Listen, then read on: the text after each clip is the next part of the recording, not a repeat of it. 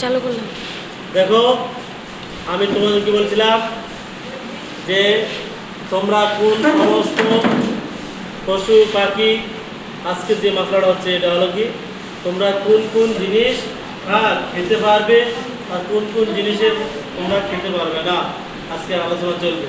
ঠিক আছে, আজকের ক্লাসে আলোচনা হবে কি, মানুষের কোনটা জায়েজ এবং কোনটা না জায়েজ হালাল খাওয়াটা, পশু পাখি সম্পর্কে আজকে আলোচনা হবে। কেননা যদি আমরা কী করি, বিসমিল্লাহর সাথে না পড়াশোনা জব না করি, কোনো জিনিস তা খাওয়া হবে না।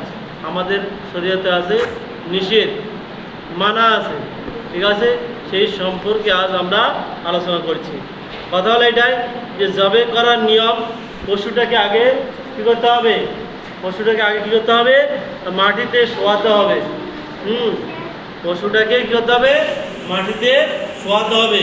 কোন দিকে শোয়াতে হবে, কেবলামুখী করে উত্তর দক্ষিণে গরুটা খেলালাম। ঠিক আছে, কী করলাম, উত্তর দিকে পা করলাম আর দক্ষিণ দিকে মাথা করলাম। ঠিক আছে, এইবার যারা কী করবে, গরুটাকে ধরবে বা পশুকে ধরবে, ছাগলকে ধরবে, তারা সকলে কি কোন দিকে হতে হবে, কেবলামুখী হতে হবে। ঠিক আছে, সকলকে কী করতে হবে, কেবলামুখী হতে হবে। যাতে আমরা কী করি, কেবলামুখী হই, তাহলে খাসি জব করা জায়েজ হবে। পশু জব করা জায়েজ হবে। ঠিক আছে, তারপরে ধরার পরে কী করতে হবে, ধারালো ছুরি দিয়ে তাকে জমা করতে হবে। ঠিক আছে, যেন তাড়াতাড়ি কেটে যায়, 3 বারের মধ্যে, যেন 10 বার ধরে না ঘষা লুচি করতে হয়। ঠিক আছে, তারপরে দেখো, যেই পশু তোমাদের জন্য কী করা হয়েছে, জায়েজ করা হয়েছে, সেই পশুটাকে যখন জব করবো, তখন ইমাম সাহেব কী করবে, বিসমিল্লাহ আল্লাহু আকবার পড়বে, তোমরাও পড়বে আল্লাহু আকবার, বিসমিল্লাহ আল্লাহু আকবার বলে কিন্তু জব করতে হবে। ঠিক আছে, কী করলাম, প্রথম গরুটাকে উত্তর দক্ষিণে শোয়াতে হবে, কেবলামুখী হতে হবে। যারা ধরবে তারাও কেবলামুখী হতে হবে। পশ্চিম দিকে মুখ করতে হবে এবং পশ্চিম দিকে মুখ করে কী করতে হবে, ইমাম সাহেব জব করবে। ঠিক আছে, তার জব করার সময় কী করতে হবে, বিসমিল্লাহ পড়তে হবে।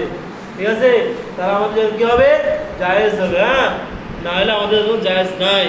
ঠিক আছে, সে মুরগি হোক, সে পাখি হোক, আর যে পশুই হোক, যেটা তোমাদের জন্য জায়েজ। ঠিক আছে, জবে করার সময় যে সমস্ত শিরা কাটাতে হয়, ইমামগণের মতামতে যেভাবে জবে এর সময় যে সমস্ত শিরা কাটতে হয়, সেগুলি হলো কাটার দরকার। ঠিক আছে, তাহলে আমরা সেগুলি কী করবো, কাটবো। ঠিক আছে, নচেত আমাদের শুদ্ধ হবে না। ঠিক আছে, তারপরে দেখো, শ্বাসনালী বা হুলকুম, অর্থাৎ যে নালীর মাধ্যম দিয়ে প্রাণীর শ্বাস কী করে, প্রশ্বাস, শ্বাস প্রশ্বাস নেয়। ঠিক আছে, যে নালী দিয়ে শ্বাস প্রশ্বাস নেয় বা যে রক্ত দিয়ে আমরা রাস্তা দিয়ে নেয়, সেই রাস্তাটা যদি না কেটে দেয়, তাহলে কণ্ঠনালী কী হবে,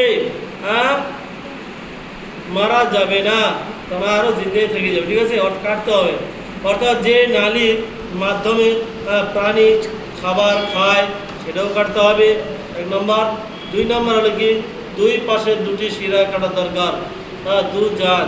ঠিক আছে, অর্থাৎ যে 2টি শিরার মাধ্যমে রক্ত চলাচল করে, বলা, যে 2টি শিরার মাধ্যমে রক্ত চলাচল করে, সেই শিরা দুটোকে কী করতে হবে, কাটতে হবে।